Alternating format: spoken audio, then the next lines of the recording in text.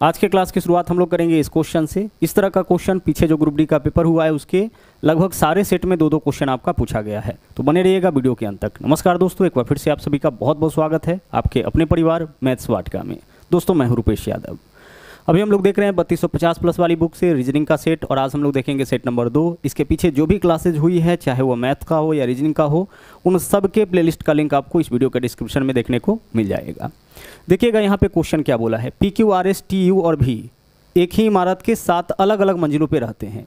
इमारत में सबसे नीचे वाली मंजिल का क्रमांक 1 है, उसके ऊपर वाले का 2, इसी तरह से सबसे ऊपर वाली मंजिल का क्रमांक 7 है।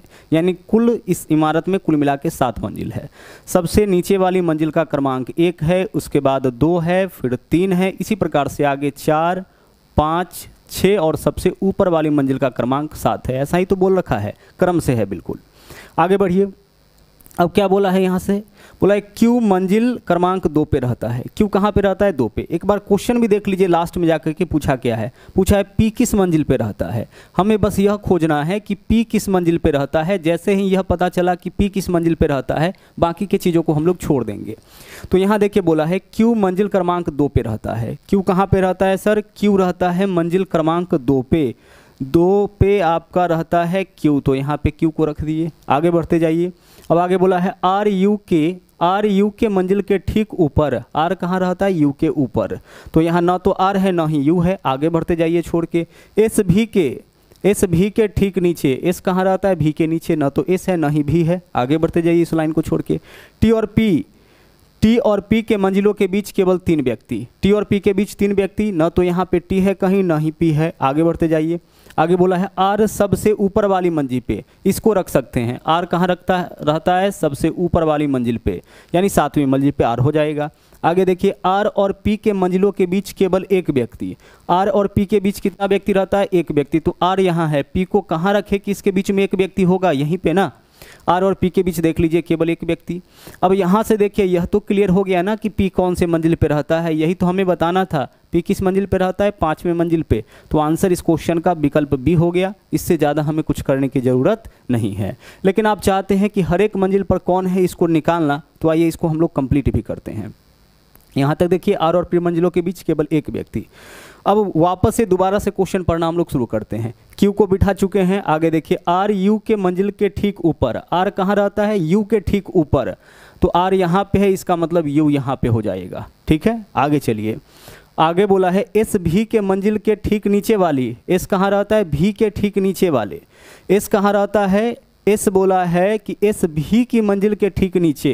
तो एस भी के मंजिल के ठीक नीचे, तो भी को कहाँ रखे कि उसके नीचे एस को रख सकते हैं? यहीं पे ना। भी को यहाँ रखेंगे तभी तो एस को यहाँ पे रख पाएंगे, क्योंकि 2 जगह यहीं पे तो खाली है। तो 7 में से 6 व्यक्ति को बिठा दिए हैं। 1 व्यक्ति आपका बच रहा है और एक सीट भी बच रहा है। क्या बच रहा है? पी क्यू को बिठा चुके हैं। आर भी बैठ चुका है। टी यू भी बैठ चुका है। बचा कौन? देख लीजिए बचा कौन है इसमें? P Q R S T बचा हुआ है ना। तो यहाँ पे जो बचा हुआ जगह है उस पर किसको बिठा देंगे? हम टी को बिठा देंगे। देख लीजिए सबका सीटिंग हो गया है, लेकिन इतना करने का हम लोग को ज़रूरत नहीं था। आंसर हम लोग का पहले ही निकल चुका था। ओके, चलिए आगे बढ़ते हैं। इस तरह का क्वेश्चन इस सेट में आगे भी आपको मिलेगा। देखिएगा, पहला क्वेश्चन आज का यह है। यहाँ पे वेन डायग्राम आपका दे रखा है। बोला यह है कि निम्नलिखित चित्र में आयत विद्यार्थियों को, यह जो पूरा आयत है ना, वह किसको दर्शाता है? पूरा का पूरा जो आयत है वह दर्शाता है विद्यार्थी को। इसके अंदर जो भी है सबका सब आपका विद्यार्थी है। ठीक है भाई। आगे देखिए क्या बोला है। वृत्त लड़कियों को, जो वृत्त देख रहे हैं ना, यह किसको दर्शाता है? सर वृत्त दर्शाता है लड़कियों को। जो भी वृत्त के अंदर होगा वह सब का सब जो है वह लड़कियाँ होंगी।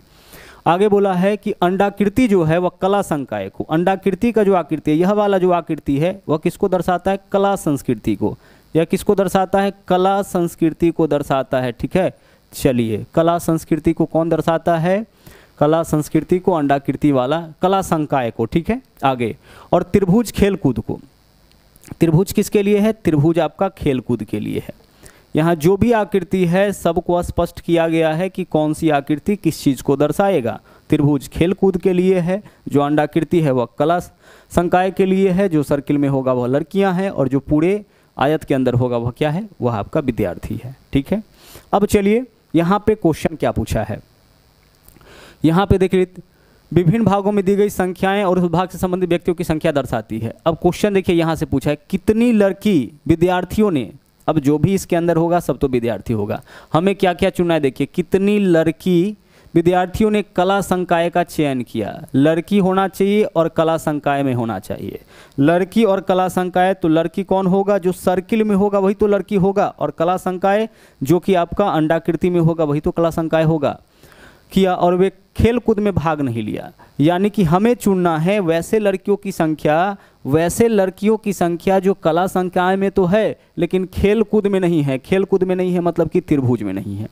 ऐसे व्यक्तियों की संख्या बताइए, ऐसे लड़कियों की संख्या बताइए जो कि सर्किल में है और आपका किस में है, सर्किल में है और आपका अंडाकृति में है लेकिन ट्रायंगल में नहीं है। तो इसका संख्या कितना हो जाएगा, 211। तो 211 वाला एकमात्र ऑप्शन है, यही ऑप्शन हमारा आंसर हो जाएगा। जिस तरीके से जिस क्रम में आपका क्वेश्चन पूछा है उसी क्रम में आंसर होगा। तो पहले 211 एकमात्र ऑप्शन में है, तो यही ऑप्शन हमारा आंसर हो जाएगा। आगे चलिए और क्या पूछा है, तथा ऐसे कितने विद्यार्थी हैं, विद्यार्थियों का संख्या पूछा। भाई इस आकृति के अंदर जो भी होगा सब विद्यार्थी हैं जो खेल कूद में भाग लेते हैं किंतु लड़कियां नहीं हैं। देखिए लड़कियां नहीं है मतलब इस आकृति में नहीं होना चाहिए। खेल कूद में भाग लेते हैं मतलब ट्रायंगल में हो, ठीक है, और कला संकाय का भी चयन किया हो मतलब ट्रायंगल में भी हो और अंडाकृति में भी हो। इसका संख्या कितना है, 178। तो हमारा आंसर 211 और 178 हो जाएगा। तो पहले क्वेश्चन का आंसर विकल्प बी। बढ़ते हैं अगले क्वेश्चन में। यहाँ देखिए कथन दिया गया और उसके आधार पर तर्क दिया गया है। कथन क्या है, अपार्टमेंट परिसरों ने सूखे कचरे और गीले कचरे को अलग न करने वाले निवासियों पर भारी जुर्माना लगाया है।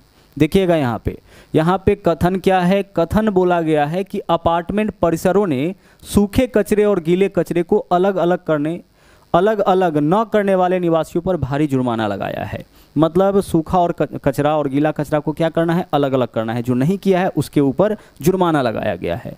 अब इसका तर्क क्या है, यहाँ समझिएगा तर्क क्या है। सरकार ने सभी मकान मालिकों के लिए गीले कचरे और सूखे कचरे को अलग करना अनिवार्य कर दिया है, तभी तो जुर्माना लगाया है। तो यह क्या होगा, यह बात बिल्कुल सही होगा, यह तर्क बिल्कुल सही है। क्योंकि व्यवस्था अगर नहीं दिया जाएगा फिर आप अनिवार्य भी नहीं कर सकते हैं। व्यवस्था दिया गया होगा कि सूखा कचरा अलग डालना है, सूखा कचरा डालने का और गीला कचरा डालने का, तभी जा कर के यहाँ पे जो है वह आपका जुर्माना लगाया जा सकता है। दूसरा देखिए क्या बोला है, कचरा पृथक्करण मतलब अलग अलग को सुगम बनाने के लिए सभी अपार्टमेंट में सूखे कचरे और गीले कचरे के लिए अलग अलग कूड़ेदान उपलब्ध कराए गए हैं। अगर अलग अलग उपलब्ध नहीं कराया गया है तो फिर इसके लिए फाइन जुर्माना देने का जरूरत भी नहीं है। इसका मतलब अलग अलग व्यवस्था किया गया है, जो इस कथन से स्पष्ट होता है। तो यहाँ पे तर्क 1 और तर्क 2 दोनों जो है वह समर्थन करता है। तो हमारा आंसर क्या हो जाएगा, विकल्प सी हो जाएगा। तर्क 1 और तर्क 2 दोनों का यहाँ पे समर्थन किया जा रहा है, ठीक है। अगला देखिए यहाँ पे है OPQRST और U 7 डब्बे हैं जिन्हें एक के ऊपर एक रखा गया है, किंतु उनका इसी क्रम में होना अनिवार्य नहीं है। कहने का मतलब ऐसे नहीं है कि PQRST आप सीधे लिख दीजिए। आगे बोला है R और P के बीच केवल एक डब्बा। भाई R और P के बीच से शुरू नहीं करिएगा, वहाँ से शुरुआत करिएगा जहाँ से आपको एग्जैक्ट पता चले कि इसका पोजीशन क्या है। अब बोला है S और T के बीच एक डब्बा, चलिए इसको भी छोड़िए आगे बढ़िए। P और Q के बीच एक डब्बा, इसको भी छोड़िए आगे बढ़िए। बोला है Q को सबसे नीचे रखा गया है। Q को कहाँ रखा गया है, सबसे नीचे, यानी 7वां डब्बा यही है, सबसे नीचे Q को रखा है। T को Q के ठीक ऊपर, T को कहाँ रखा गया है, Q के ठीक ऊपर, T को Q के ठीक ऊपर। S और Q के बीच कितना डब्बा, क्या क्वेश्चन पूछा गया है, S और Q के बीच में कितना डब्बा है। Q सबसे नीचे है, S और Q के बीच में कितना डब्बा, जैसे ही S बैठेगा यह बात पता चल जाएगा। तो चलिए यहाँ तक तो हम लोग कर लिए हैं काम। अब फिर से ऊपर से पढ़ते हैं, जितना बिठा पाए बिठा दिए, फिर से ऊपर चलिए।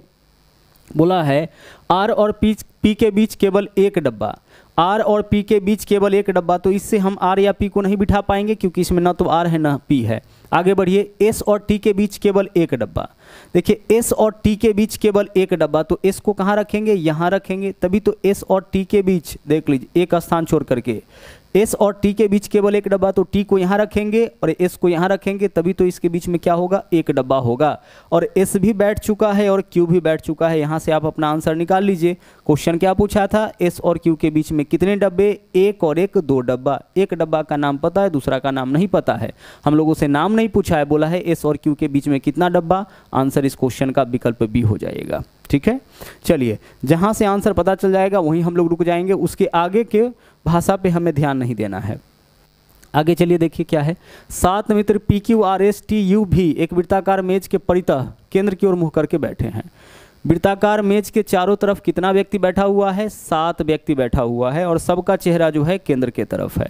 तो 7 व्यक्ति को बिठाइए, सबका चेहरा केंद्र के तरफ कर करके 2 हो गया, यहाँ पे 3, या आपका 4, 5, 6 और 1 7, 7 व्यक्ति को केंद्र की तरफ मुँह करके बिठा दिए। चलिए आगे बढ़ते हैं। एस और क्यू के बीच में केवल आर बैठा है। यहाँ से काम नहीं चलेगा, काम हम लोग का वहाँ से शुरू होगा जहाँ से बाएं दाएं बोला जाएगा। पी और भी के बीच में केवल टी बैठा है। आगे चलिए, इसको भी छोड़िए, आगे बढ़िए। भी क्यू के दाईं ओर तीसरे स्थान पर, यहाँ से शुरुआत करिए। भी कहाँ है? क्यू के दाईं ओर तीसरे स्थान पर। तो पहले क्यू को बिठा लीजिए और क्यू के दाईं ओर पहला, दूसरा, तीसरा, यहाँ पे किसको बिठा देना है? भी को बिठा देना है। चलिए, भी को हम इस लाइन का काम कर लिए। भी क्यू के दाईं ओर तीसरे स्थान पर। आगे बोला है भी यू के बाईं ओर तीसरे स्थान पर। भी कहाँ पे है भाई? यू के बाईं ओर तीसरे स्थान पर।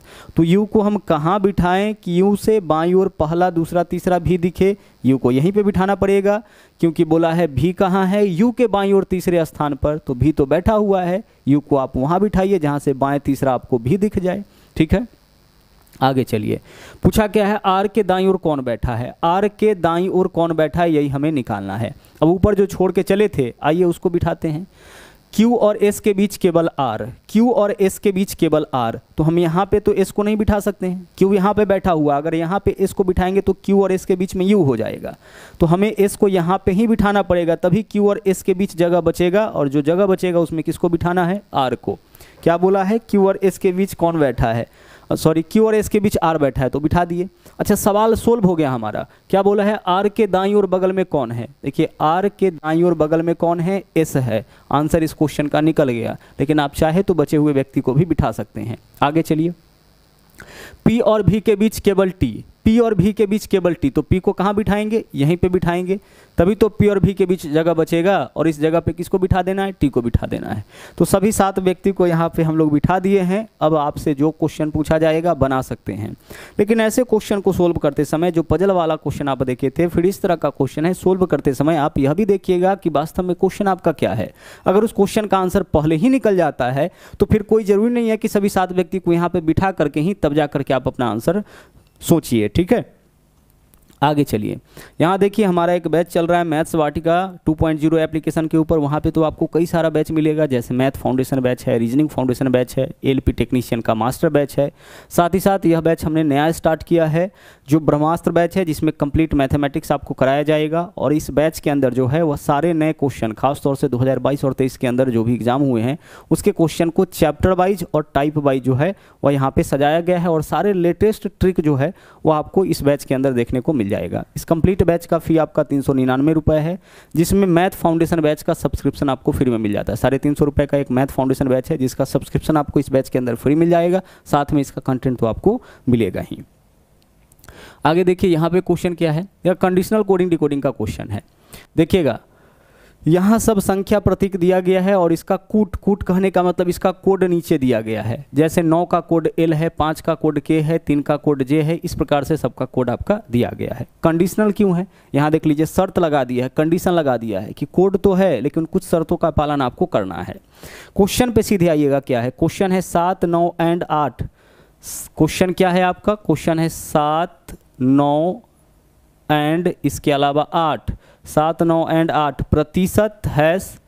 प्रतिशत है, इसके अलावा हैश है, और फिर क्या है आपका 3 है। इसका कोड हमें बताना है। ठीक है, हमें क्या करना है? इसी का कोड बताना है। क्वेश्चन तो यही है, इसका कोड हमें बताना है कि क्या होगा।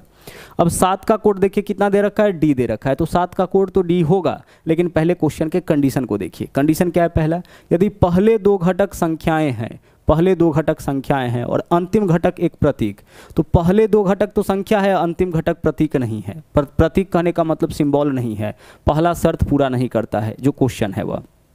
दूसरा देखिए क्या बोला है, यदि दूसरा घटक एक प्रतीक, क्या दूसरा घटक प्रतीक है? नहीं है, इस कंडीशन को भी पूरा नहीं कर रहा है। तीसरा देखिए, यदि प्रश्न में कोई ऐसी संख्या है जिसके ठीक पहले एक अभाज्य संख्या, कोई ऐसी संख्या है जिसके ठीक पहले एक अभाज्य संख्या, तो है 9 के पहले क्या है? अभाज्य संख्या। तो यहाँ पे प्रश्न में कोई ऐसा संख्या जिसके पहले अभाज्य संख्या है, ठीक है। तो प्रश्न में आने वाली पहली और अंतिम संख्या के कूटों को बदल दीजिए। अब जो तीसरा कंडीशन है वह फॉलो कर रहा है। तो तीसरा कंडीशन के अनुसार क्या करना है? तीसरा कंडीशन के अनुसार बोला यह था कि प्रश्न में अगर कोई ऐसी संख्या है जिसके पहले आभास संख्या तो है, तो उस केस में आपको दो काम करना है। क्या करना है? काम आपको यह करना है कि प्रश्न में आने वाली पहली और अंतिम संख्या के कूट को बदल दीजिए। तो पहला संख्या 7 का देखिए तो कूट क्या है? कूट कहने का मतलब कोड, सर 7 का कोड डी है। 7 का कोड क्या है? डी है। और 3 का कोड, आखिरी तो 3 है, 3 का कोड क्या है? जे है। इन दोनों के कोड को आपस में बदल दीजिए, यानी जे आ जाएगा आप यहाँ पे और डी आ जाएगा यहाँ पे, और बाकी सभी का कोड आपका क्या होगा? बाकी सभी का कोड आपका सेम होगा। तो पहले जे और लास्ट में डी वाला एकमात्र ऑप्शन है विकल्प डी, तो यही हमारा इस क्वेश्चन का क्या होगा? सही आंसर हो जाएगा। इसी का तो कोड खोजना है, और इसका जो कोड होगा उसके पहले जे होगा और बाद में क्या होगा? डी होगा। बीच के कोड को भी लिख सकते हैं। देखिए 9 का कोड क्या है? एल, तो जे के बाद एल देखिए है यहाँ पे। उसके बाद एंड है, तो एंड का कोड क्या हो जाएगा? एंड का कोड आपका एफ हो जाएगा। आगे सबका कोड आप यहाँ से देख के लिख सकते हैं, कोई दिक्कत तो इसमें होगा नहीं। बस आपको यह देख लेना था कि आंसर तो हमारा निकल गया। जैसे ही आंसर निकले फिर बाकी चीज़ों को आप छोड़ करके आगे बढ़ते जाइएगा। चलिए बढ़ते हैं अगले क्वेश्चन में। यहाँ देखिए क्या है? गणितीय चिन्हों के उस संयोजन का चयन कीजिए जिन्हें निम्न समीकरण में चिन्हों के स्थान पर क्रमिक रूप से रखे जाने पर समीकरण संतुलित हो जाए। यहाँ पे हमें इस इक्वेशन को क्या करना है? सेटिस्फाई करना है। इक्वेशन को सेटिस्फाई करने के लिए इन चिन्हों का संयोजन चुनना है। देखिए यहाँ पे देखिएगा जरा सा, 20 में 4 से भाग कर सकते हैं? कर सकते हैं सर। तो पहले स्थान पर भाग वाला जो है उसको लेकर के देखिएगा। विकल्प ए लेके देखिए, तो पहले भाग, फिर गुना, फिर बराबर, फिर प्लस, फिर प्लस। तो 20 में 4 से भाग करेंगे 5, फिर गुना, 5 छक्के हो जाएगा 30, बराबर। इधर देखिए क्या है? यहाँ देखेंगे बराबर। अब बराबर करेंगे तो बाकी सबको जोड़ देंगे, 14 और 18 32 हो जाएगा, 32 2 34। अलग अलग वैल्यू आ गया आपका, यह आंसर हमारा नहीं होगा। बी में प्लस से शुरुआत किया, इसको छोड़ दीजिए। सी को चेक करिए, जो भाग वाला होगा वो यहाँ पे सेटिस्फाई हो सकता है। तो पहले भाग, तो 20 में भाग करिए 4 से 5, फिर गुना, 5 छक्के 30, फिर प्लस 30 और 2 32। आगे देखिए यहाँ आ जाएगा बराबर, और फिर यहाँ पे है प्लस, तो 14 18 32। यानी विकल्प सी के डाटा को, चिन्हों को अगर आप यहाँ पे रखते हैं, जहाँ जहाँ स्टार है वहाँ पे इन चिन्हों को रख के देखिए, यह इक्वेशन आपको सेटिस्फाई दिख जाएगा। ठीक है, चलिए बढ़ते हैं अगले क्वेश्चन में। यहाँ देखिए, यहाँ पे क्या है? एनालॉजी का क्वेश्चन है। इसका जो संबंध इसके साथ है, इसका जो संबंध इसके साथ है, वही संबंध वाला चारों ऑप्शन में से कौन सा ऑप्शन है? जैसा संबंध यह इसके साथ रखता है, यह इसके साथ रखता है, वैसा ही रिलेशन वाला कौन सा ऑप्शन है? तो देखिए क्या किया है यहाँ पे, COW, पहले 3 को उल्टा करिए, WOC, BOY उल्टा करिए, YOB, 3 उल्टा किया है। देखिए TAN, NAT, GLE, ELG। ठीक है, उसी तरह से यहाँ देखिए MAN है, तो NAM होना चाहिए, नहीं है, हटा दीजिए, यह ऑप्शन गलत हो गया। FLO, OLF, ठीक है। WER, तो REW है, यानी वैसा रिलेशन वाला विकल्प बी है, तो विकल्प बी हमारा आंसर होगा। जो रिलेशन यहाँ पे था वैसा ही रिलेशन वाला ऑप्शन आपका कौन सा है? विकल्प बी है। आइए इस क्वेश्चन को सोल्व करते हैं। इनइक्वालिटी का सवाल है, सोल्व करिए। किस तरह से होता है देखिएगा, सीधे आपको आ जाना है निष्कर्ष के ऊपर। यही तो चेक करना है कि यह निष्कर्ष हमारा सही है कि गलत है। तो आप देखिए, पहले एच है और बाद में एस है, तो एच से आपको चलना है एस के तरफ। एच से एस के तरफ चलिए, देखिए चिन्ह क्या क्या मिलता है सर। एच से अगर हम चले एस के तरफ तो सबसे पहले मिलेगा ग्रेटर देन, ठीक है।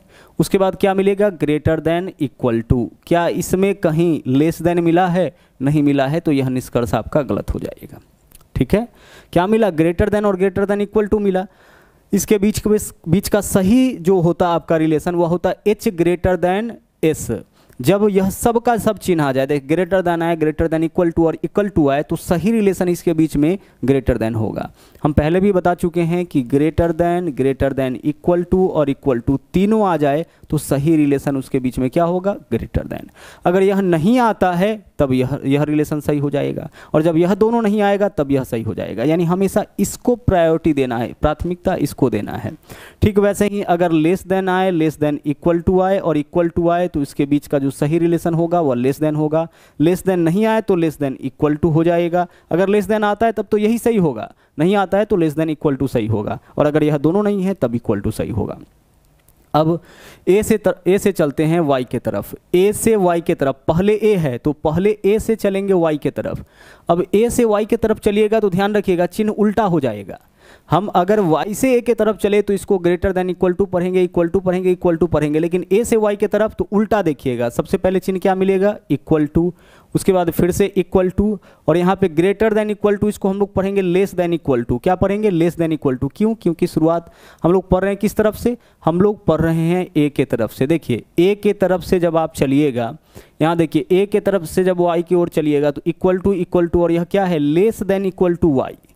ए से less than equal to y, तो यहाँ पे हम लिखे लेस देन इक्वल टू।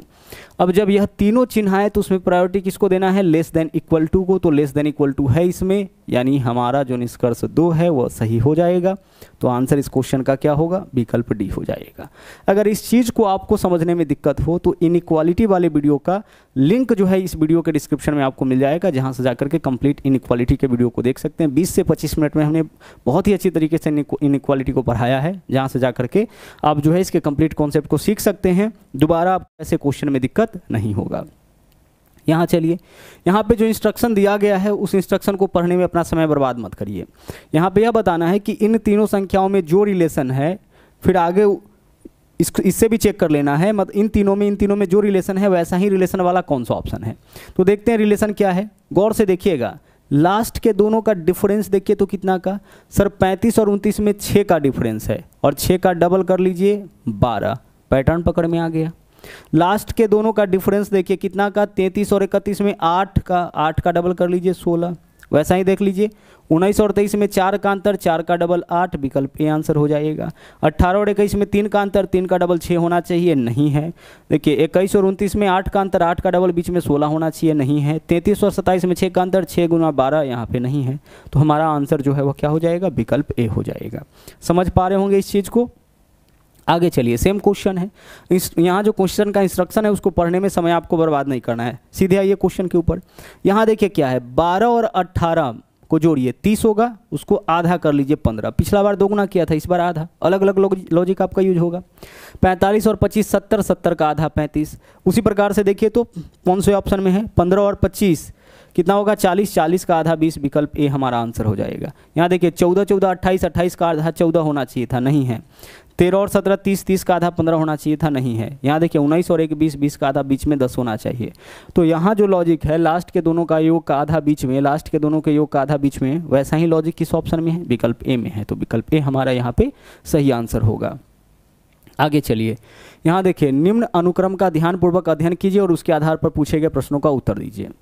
बोला है कि उपरोक्त अनुक्रम में ऐसी कितनी संख्याएं हैं, संख्या कहने का मतलब नंबर, हमें क्या चुनना है, ऐसे कितने नंबर है जिनमें से प्रत्येक के ठीक बाद एक प्रतीक, ठीक बाद एक प्रतीक, बाद में एक सिंबल होना चाहिए, जिनके ठीक बाद एक प्रतीक और ठीक पहले भी एक प्रतीक, पहले भी प्रतीक, प्रतीक मतलब सिंबल, जैसे यह सिंबल है, यह सिंबल है।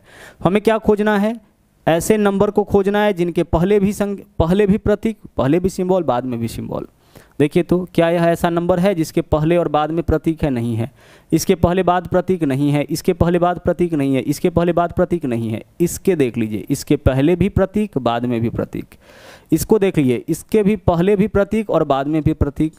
उसी प्रकार से आगे चलिए, इसके पहले प्रतीक है, बाद में नहीं है। आगे चलिए, इस नंबर को देखिए, इसके भी पहले प्रतीक और बाद में भी प्रतीक है, तो एक इसको भी काउंट करेंगे। कुल मिलाकर कितना हो गया, 1 2 3। तो आंसर इस क्वेश्चन का विकल्प ए हो जाएगा। हमें क्या खोजना था, ऐसे कितने नंबर हैं जिनके पहले भी प्रतीक, ऐसे कितने संख्याएं हैं जिनके पहले भी प्रतीक, ठीक बाद भी प्रतीक और ठीक पहले भी प्रतीक। और कोई है क्या, देखिए तो 3 नहीं है, 7 के दोनों तरफ नहीं है, 2 के दोनों तरफ नहीं है, 4 के दोनों तरफ नहीं है, 3 के दोनों तरफ है। ठीक है, आगे देखिए 4 के दोनों तरफ है, 8 के दोनों तरफ नहीं है, 8 के दोनों तरफ नहीं है, 6 के दोनों तरफ है। तो ऐसा कुल मिला के कितना है, 3 है, विकल्प हमारा आंसर होगा। बढ़िए आगे अगला क्वेश्चन देखिए, फिर से इनइक्वालिटी का क्वेश्चन आया, वही काम हम लोग करेंगे। हमें क्या बताना है, P ग्रेटर देन S, तो P से S के तरफ चलिए, P से S के तरफ सीधा है, क्या क्या चिन्ह मिल रहा है देखिए, सबसे पहले इक्वल टू, फिर लेस देन इक्वल टू, फिर लेस देन।